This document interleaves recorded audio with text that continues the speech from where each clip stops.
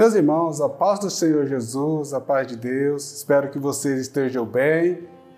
E hoje nós temos mais um estudo sobre a palavra de Deus e nós vamos falar hoje sobre ordenanças para participar da Santa Ceia do Senhor. Espero que vocês fiquem conosco até o final dessa aula. Deixe o seu comentário, se você tiver alguma dúvida, na medida do possível a gente vai respondendo. E fique até o final que você vai ter muita surpresa nessa aula. E, se você gostar, curte e compartilhe com seus amigos. Amém? Então vamos dar sequência aqui. Introdução. Estudaremos na presente lição sobre a Ceia do Senhor, destacando o momento da instituição pelo Senhor Jesus, a relevância da observação por parte da Igreja, alguns preciosos ensinamentos e a sua significância conforme encontrado nas Escrituras Sagradas. Então, meus irmãos, nesta manhã nós iremos falar sobre a Ceia do Senhor. Qual a importância da Ceia do Senhor? Para mim, para você. Qual o significado que ela tem para nossas vidas? Vamos ver? Qual o objetivo da Ceia do Senhor? Você já parou para pensar, para observar o que significa isso para a sua vida? Quando você participa da Ceia do Senhor, o que vem na sua cabeça? O que vem na sua lembrança? O que você recorda com ela? O que nós recordamos com ela? Por qual motivo nós nos reunimos para a Ceia do Senhor? Essa imagem, ela nos traz o objetivo da Ceia do Senhor. E qual é o objetivo? Memorial e gratidão pelo sacrifício de Jesus. Quando nós nos reunimos na ceia, nós nos reunimos não para lembrar da ressurreição de Jesus, mas para lembrar do sacrifício que Ele fez por nós, para levar os nossos pecados. Esse é o principal motivo da reunião da Ceia do Senhor.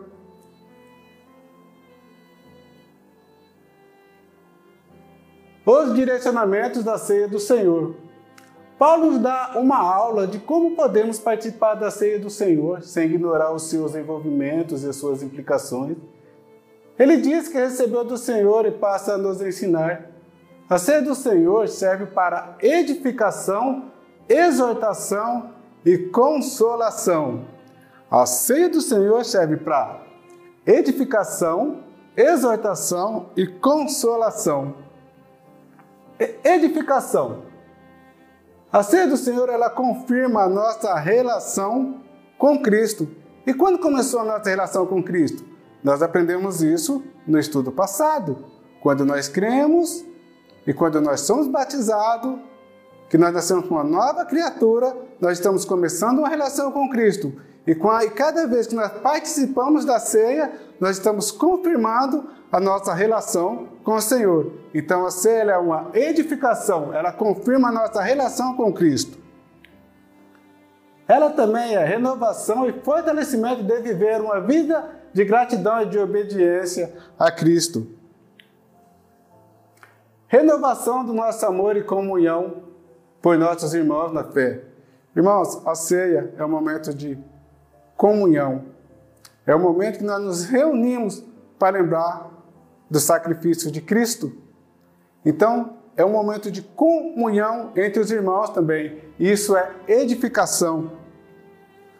Exortação. Examine-se a si mesmo. Então, a ceia, ela nos traz um momento onde nós podemos olhar para nós mesmos. Eu continuo servindo a Cristo quando eu me batizei lá atrás? Eu ainda continuo firme na presença do Senhor? Ou será que eu fico olhando, olha aquele irmão, olha aquele outro irmão, como que ele está? Ou eu olho para a minha vida, ou eu olho para mim. Paulo diz assim, examine-se a si mesmo. Então, a Santa Ceia ela nos traz exortação. E a Santa Ceia também nos traz consolação. Por quê? Olha essa imagem. Isso vai acontecer um dia. O nosso Senhor ele vai voltar. E na Santa Ceia ele diz o quê? Até que eu venha. 1.1. Direciona para Jesus no passado. Este cálice é o Novo Testamento do meu sangue. Fazei isso todas as vezes que beberdes em memória de mim.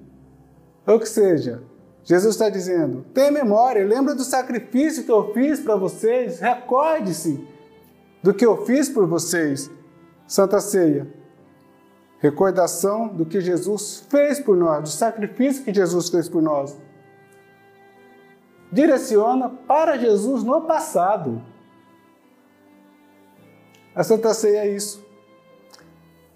Quando você participa da Santa Ceia, você lembra do que Jesus fez por você? Do tanto que Ele sofreu por meu e pelo seu pecado? Recorde-se, lembre-se.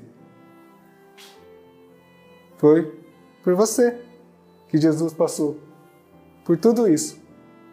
A Santa Ceia é para você lembrar do sacrifício de Jesus e ser grato a Ele, adorar a Ele.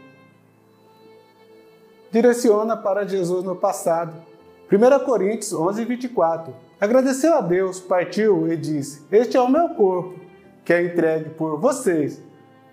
Faça isto em memória de mim. É Jesus pedindo. Faça a Santa Ceia, mas faça lembrando do sacrifício que eu fiz por vocês. 1.2. Direcionamento para Jesus no presente. Fazer isso todas as vezes que beberdes. Estamos fazendo hoje para aumentar a nossa intimidade e a nossa comunhão com Ele. Estamos vivendo um novo pacto feito por Jesus. Então a ceia é algo que precisa estar presente na nossa vida. 1 Coríntios capítulo 11, versículo 25. Por semelhante modo, depois de haver ceado, tomou também o cálice, dizendo, este é o cálice, é a nova aliança do meu sangue. Fazei isso todas as vezes que beberdes em memória de mim. Então, meus irmãos, a Santa Ceia é algo que precisa estar presente na nossa vida. Precisamos participar da Santa Ceia. A Santa Ceia, ela nos confirma aquilo que nós fizemos quando nós nos batizamos, que era se tornar uma nova criatura. E toda vez que nós participamos da ceia, nós estamos confirmando que nós continuamos sendo uma nova criatura. 1.3. Direciona para Jesus do futuro. Porque todas as vezes que comerdes este pão e beberdes esse cálice, anunciai a morte do Senhor até que venha. A Santa Ceia é um momento que nós, além de lembrarmos de Jesus no passado, praticarmos ela no presente, também nós temos a esperança do futuro, porque Jesus prometeu, eu vou voltar, faça isso até que eu venha. Direciona para Jesus no futuro. Primeiro a Colossenses 4, 16 e 17. Porque o Senhor mesmo, dada a sua palavra de ordem, ouvindo a voz do arcanjo e ressoada a trombeta de Deus, descerá do céu, e os mortos em Cristo ressuscitarão primeiro.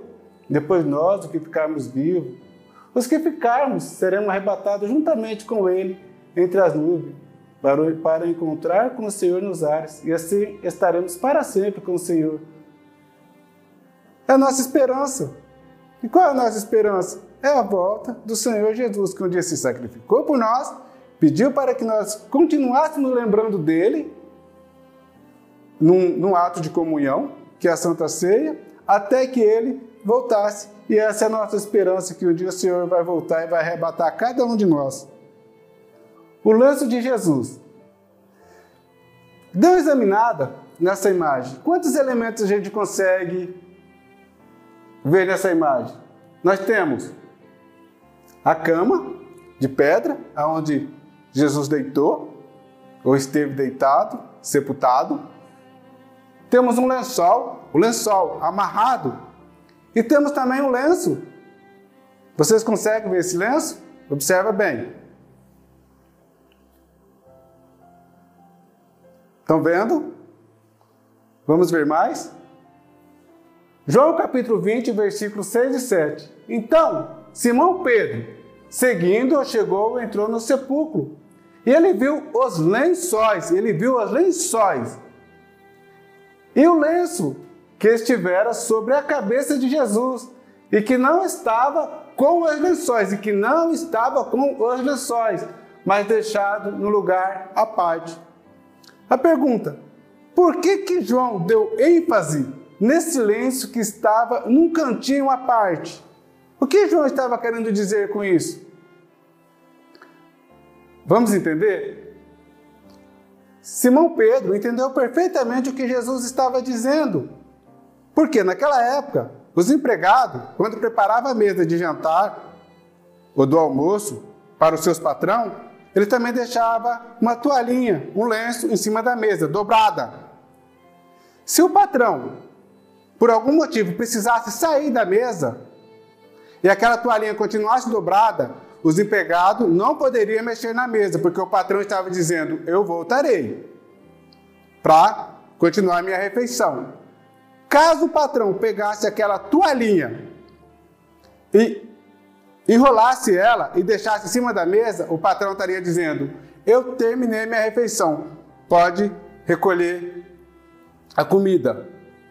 O que Jesus estava dizendo quando ele tira a toalhinha do rosto dele, dobra ela bonitinha e coloca no lugar separado do lençol que estava amassado?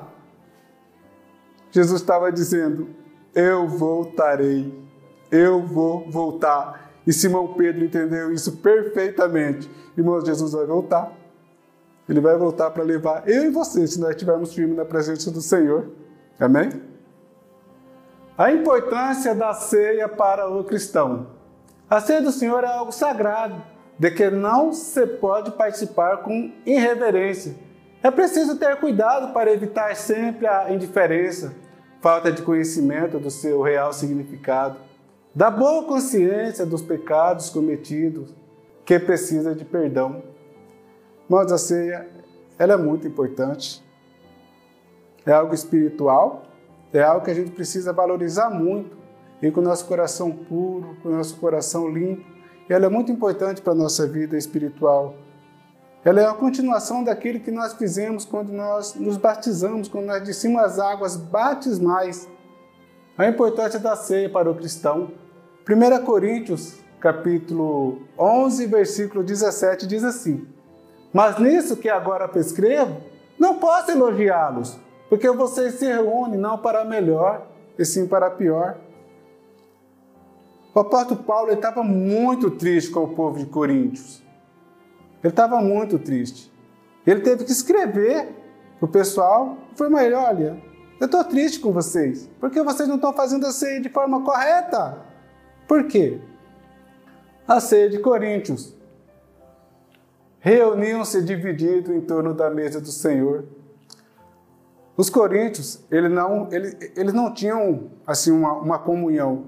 Quando eles se reuniam, eu acredito que vocês já devem ter observado, isso acontece muito, panelinha, grupinho. Então eles faziam grupinho, faziam panelinha, não existia aquela comunhão entre os irmãos. A ceia não tinha um contexto sacrificial, cada um comia a sua ceia, deixando de lado as formas ordenadas por Cristo. Ele não se importava, ele sentava, comia, porque a ceia daquela época de Paulo não é a ceia que é servida hoje em dia na maioria das igrejas, que é um copinho bem pequenininho de vinho, de suco de uva e um pedacinho de pão. Não, era uma ceia, era uma mesa farta. E muitas dessas pessoas que chegavam ali, eles não se importavam com o próximo, com o outro irmão. Não iam ali ceiar, lembrar do sacrifício e compartilhar entre eles aqueles momentos. Eles chegavam ali com glutonaria, comia. E o que acontecia? Olha só. 1 Coríntios 11, 22. Será que vocês não têm casa onde comer e beber? Ou despreza a igreja de Deus e humilha os que nada têm?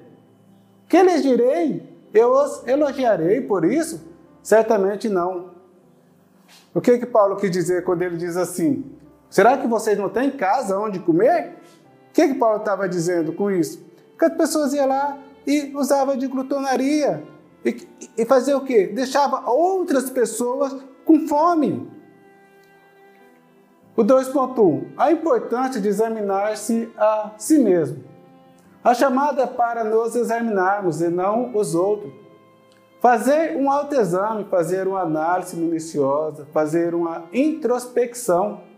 É necessário ter uma consciência sadia para nos examinar. A consciência é o maior tribunal que existe.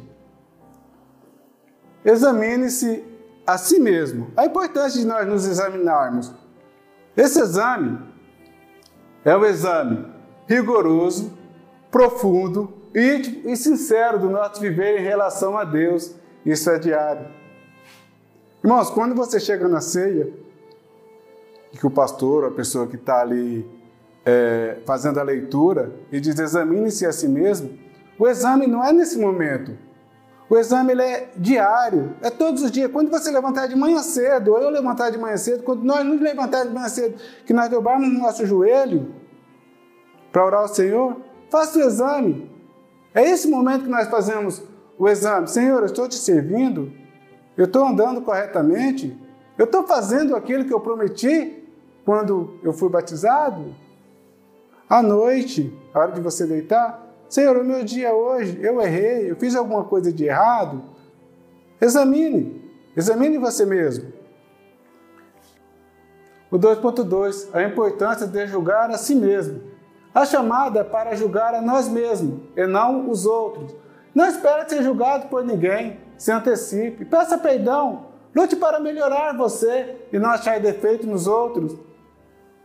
Se você se examinou, se você olhou para dentro de você, está tudo ok?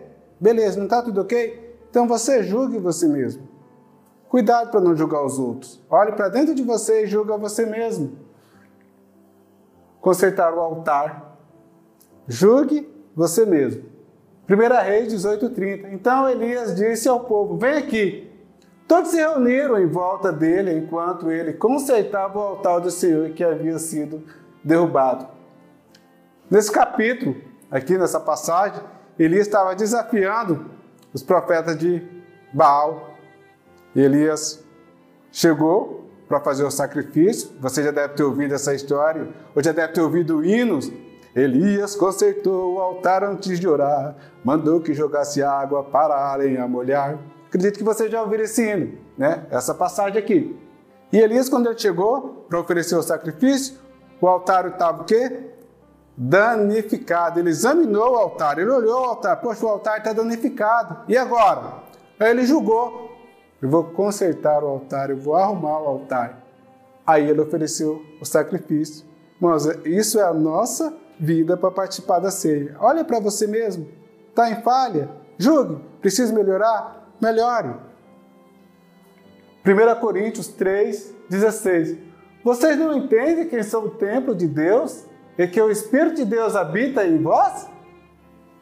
Irmãos, hoje o templo do Senhor somos nós. Hoje nós somos o templo do Senhor, o Espírito Santo habita em nós. Qual seria? Será que o Espírito Santo se sentiria bem dentro de uma pessoa que não está com a sua vida reta diante de Deus, sua vida consertada diante de Deus? E também temos Romanos capítulo 12, versículo 1. Rogo-vos, pois, irmãos, pela compaixão de Deus, que apresentai vossos corpos em sacrifício vivo, santo e agradável a Deus, que é o vosso culto racional.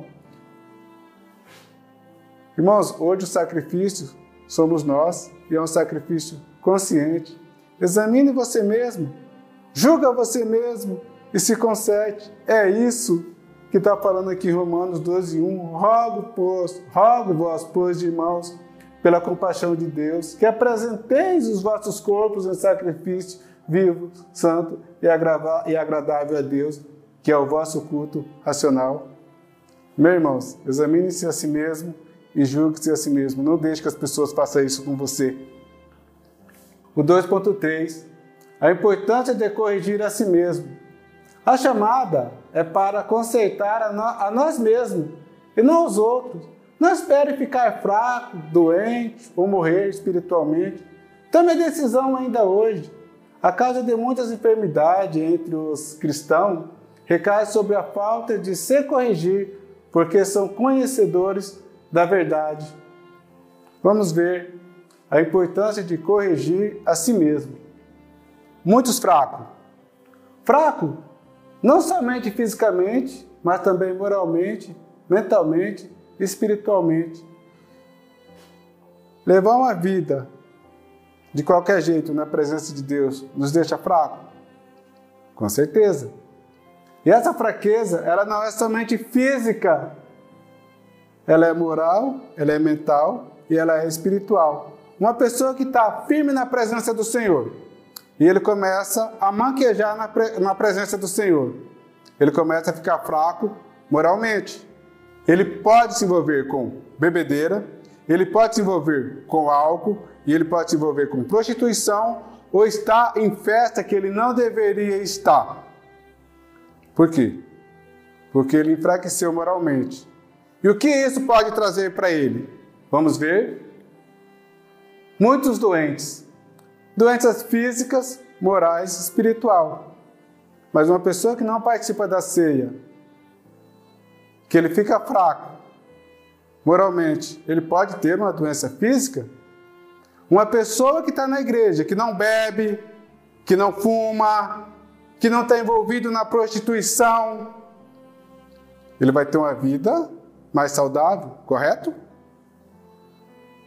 Mas se ele começa a se envolver com álcool, ele não pode adquirir uma doença vinda do álcool? Ou adquirir uma doença vinda do cigarro? E na prostituição, ele não pode pegar uma doença sexualmente transmitível? Por quê? Porque ele se enfraqueceu e ele caiu no segundo ponto, muitos doentes.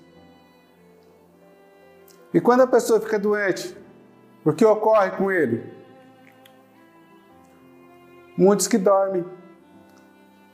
Mas calma aí, a pessoa ficou fraco, ficou doente e ele vai dormir?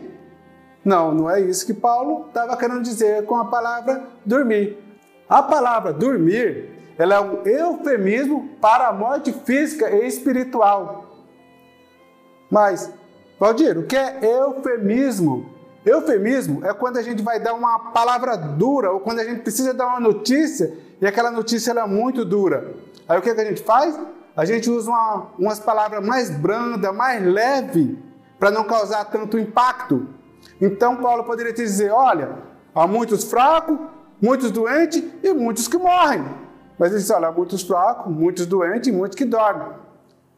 Não, Valdir, Paulo estava dizendo que eram muitos que dormem. A palavra dormir, quando é dormir, se refere à falta de vigilância. Se Paulo estivesse se referindo à vigilância, ele teria dito, há entre vós muitos que dormem, que não vigia, quem não vigia fica fraco, quem fica fraco fica doente. Mas não, ele deixou dormir por último. Então são muitos que morrem. Ah, mas morrem? Quantas pessoas estão morrendo de doenças e muitas outras coisas porque abandonaram o caminho do Senhor?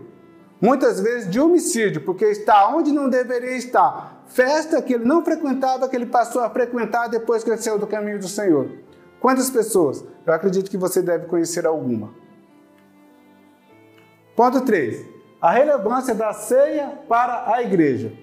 A ceia é a maior festa da igreja para os crentes em comunhão com o Senhor Jesus. Nenhuma outra festa pode se comparar a essa. É a maior vitória da igreja. Se a ressurreição não teria significado algum a ceia do Senhor, pois ela representa o que temos de mais importante, um Deus vivo e presente conosco. Meus irmãos, a ceia é uma festa. Agora, você já viu alguém que faz festa para comemorar a morte de alguém, o sofrimento de alguém? Parece estranho, mas a nossa ceia é justamente para isso. Só que ela não é uma festa qualquer. Ela é uma festa de gratidão pelo que o Senhor Jesus fez por nós. E é a maior festa, aquela festa que a gente deveria chegar, chorar, se lamentar e agradecer a Deus pelo sacrifício que Ele fez por nós. Vamos seguir? Ceia, festa para os crentes. A ceia do Senhor é um momento de recordação o que Ele fez por nós ao morrer na cruz para a remissão dos nossos pecados. 3.1. A comunhão da igreja. A igreja precisa estar junta, em harmonia, em paz e participando da comunhão. Viver em comum, participando das mesmas coisas, ter unidade no Espírito. Você participa da comunhão vertical com a cabeça, Jesus. Mas você precisa participar da comunhão horizontal com o corpo. Então, você é momento de comunhão. Comunhão com quem? Eu preciso estar em comunhão com Cristo, mas eu preciso estar em comunhão com meus irmãos. Comunhão vertical. Comunhão vertical. Eu com Deus. Precisamos estar em comunhão com Deus. Só no dia da ceia, o momento que eu chego lá e vou me examinar. Irmãos, todos os dias, examine-se a si mesmo todos os dias. Senhor, como eu estou na sua presença? Comunhão com Deus. Comunhão horizontal. A comunhão horizontal é aquela comunhão que nós temos entre nós, horizontal, comunhão entre os irmãos. Mas vamos dizer que aquele carinha amarelo, lá do outro lado, ele não gosta do carinha azul, que está do lado de cá. Aí ele chegou, disfarçou e se afastou do irmão. Será que existe comunhão nesses irmãos? Irmãos, se eu não consigo ter comunhão com meus irmãos que eu estou vendo, eu tenho comunhão com Deus que eu não estou vendo? Pense nisso. Se você não consegue ter comunhão com seu irmão que você está vendo, como você teria comunhão com Deus que você não está vendo? Pense nisso. Se tem alguma coisa contra o seu irmão, converse com ele, chega do lado dele, abraça ele, se abre com ele. Comunhão horizontal. Hebreus 11, 24 e 25. Pensemos-nos em como motivar uns aos outros na prática do amor e das boas obras. E não deixemos de nos reunir como fazem alguns, mas encorajemos-nos mutuamente, sobretudo agora que o dia está próximo. Irmãos, vamos nos reunir, vamos adorar o Senhor, vamos participar dos cultos, entendeu? Vamos ter amor um pelos outros, vamos ter comunhão um com o outro. O exame, como eu já disse aqui, o exame ele é todos os dias, ele é constante. Na hora da ceia você só está indo para participar, você não está indo para se examinar, para se julgar. Você já fez isso anteriormente. 3.2. A perseverança dada à igreja. A igreja deve perseverar anunciando a morte do Senhor até que Ele venha. A igreja não pode desistir, não pode recuar, não pode parar. A igreja precisa continuar fazendo a sua parte e não renunciar a constâncias. Então, meus irmãos, até que Jesus venha, nós precisamos estar firmes, servindo a Deus com o nosso coração, anunciando, falando da palavra do Senhor. Por quê? Porque nós sabemos que Jesus está voltando. E olha, o que Paulo disse aos Romanos, no capítulo 5, versículo 3 a 5. E a perseverança produz caráter aprovado. A perseverança produz caráter aprovado. E o caráter aprovado fortalece a nossa esperança. E essa esperança não nos decepcionará, pois sabemos quanto Deus nos ama, uma vez que Ele nos deu o Espírito Santo para nos encher o coração com seu amor. Amém, irmãos? O 3.3, a esperança da igreja. A igreja tem a expectativa no que Jesus falou. Não bebereis deste fruto da vinde até aquele dia em que beba de novo convosco no reino do meu Pai. A igreja precisa conservar a esperança na promessa que Jesus fez de voltar e nos buscar para a grande ceia junto com o Pai. A nossa esperança. Olha o que aqui Paulo escreveu aos Filipenses, capítulo 3, versículo 20 e 21. A nossa cidadania, porém, está no céu, de onde esperamos ansiosamente o Salvador, o Senhor Jesus Cristo, pelo poder que o capacita e coloca todas as coisas debaixo do seu domínio. Ele transformará o nosso corpo humilhados para ser semelhante ao seu corpo glorioso. Mas qual que é a esperança da igreja? A volta do Senhor, a transformação desse corpo, um corpo doente, um corpo fraco, um corpo humilhado, um corpo cansado, mas de um corpo transformado, incorruptível, um corpo glorioso. É isso que nós esperamos.